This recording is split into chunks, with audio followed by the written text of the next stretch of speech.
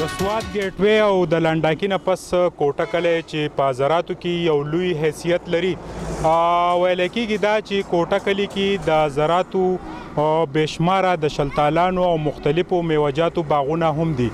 دا کلی زوړ ثقافت او یو تاریخ هم لري، خو د بده مرغه د دې کلي په هایوی باندې چې کوم برج دی هغه تاسو زموږ په دې سکرین د هغې فوټیج وکتل، انتهایي ناکاره او د مرګ کوی ورته ویل کېږي چې بېشماره خلک دې هپایج کړل او پکې مړه هم شول.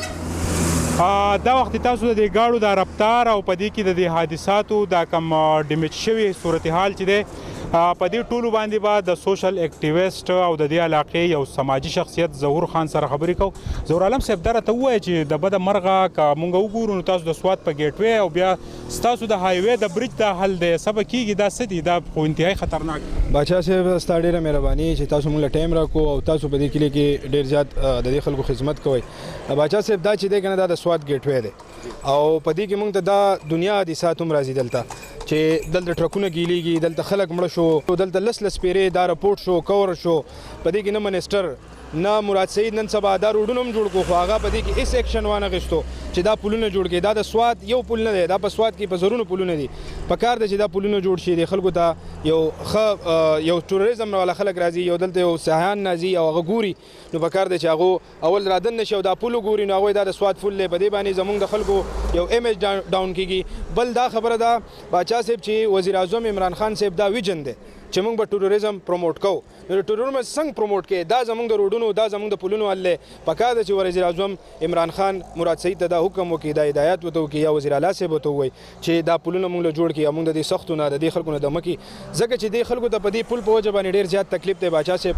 او موږ ستاسو د چینل په اساست باندې دا ریکویسټ دا پیغام رسو، په کار ده چې په دې باندې څه پوره زر اقدامات حاصل شي. ما اورېدلي چې تاسو دلته بېشماره لاشونه، بېشماره زخمیان، بېشماره ګاډي د خپلو سترګو وړاندې لیدلي چې ستاسو د محلې داود هلک چې دی هغه هم د پل چې دی د دې ناکاره وسپنو وجلی دی او دې ته غورځېدلی دی. نو دغه فکر را سره لږ شریک که دا څه کېږي ولې کېږي؟ په دې کې باچا صاحب دا رش ګاډي رش دی چې د برې نه چړایي ده او د دې غاړې نه لوډ ګاډي ځینو په دې پل کې چې بیا دلته هغه ودرېږي نو هغه بیا نه خیږي، نو هغه د هغې وجې نه دلته د اکسیډنټي واقعیات ځکه راځي. بل دا دی چې دا یو مین چوک ورسره هم دی، په دې سایډ باندې د خلکو ډېر زیات باغونه دي او ډېر زیات ترانسپورټ په دې سایډ باندې هم ځای راځي.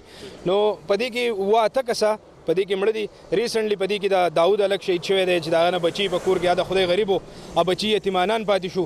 نو په کار دا دی چې حکومت په دې کې غټ اقدامات والي او دا پلونه د خلکو د جوړ کړي چې د خلکو د لاشونه د خلکو د بچي دا په کورونو کې په قلاره شي چې بیواګان جوړ نشي، یتیمانان جوړ نشي. او په دې وجه باندې موږ د حکومت نه ستاسو په چینل په اساست باندې باچا صاحب دا اپیل کوو، دا ریکویسټ کوو چې برای مهرباني پلیز موږ له دا پلونه جوړ کړئ. درنګ جهان مننه. یو ملګری سره موجود دی چې دې پل چې دی هغه زخمی کړی دی، د هغه په خپو کې اوس هم دغه نشانات دي. تاسو راته د خپله خپه وښئ، ستاسو سره بیا خبره کوو. دا ګورئ جي زه به لږ کښېنم، د ده خپه چې ده دا بالکل د ماتېدو نه بچ شوي ده او دغه داغونه د په جسم کې موجود دي. ستاسو نوم څه دی؟ زما ظفرزاده. ظفرزاده څه حادثه راغلې وه لږه شریکه کوي ورسره؟ دا په موټر سایکل باندې حادثه راغلې وه، ټرک را روان و او بل ګاډی ورسره جوړه شو، په دې ځای کې موږ ښکته ارته وو. بیا د دې نه پس څنګه زموږ د اکسیډنټ ختم شو، د دې نه پسې بیا د داود اکسیډنټ وشو، دلته داود پکې وفات شو.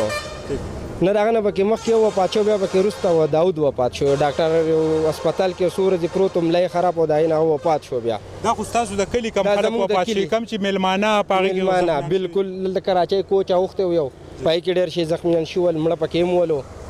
تاسو اوس په دې پول اوړئ یېرېږئ به هم؟ بالکل بیاریږو.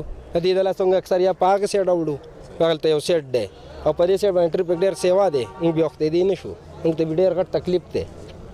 بالکل جی د دې پل ته به زه د مرګ کوی هم وایم او د موجوده حکومت دپاره دا یو لوی سوالیه نشان دی، چونکې مراد سعید د دې منسټري د هغه سره ده او دا د هغه چې دی که موږ په پښتو کې په لنډو ټکو کې ووایو دا د هغه د ګس لاس کار دی، خو چې ولې نه کوي. او د مراد سعید مومنټ هم په دې کېږي او مراد سعید ته زه دا خبره کوم چې دا پل د لاندې نه ختم دی، خدا نه خواسته دا حادثه ستا سره را نه شي، پورې په دې باندې اقدامات پکار دي.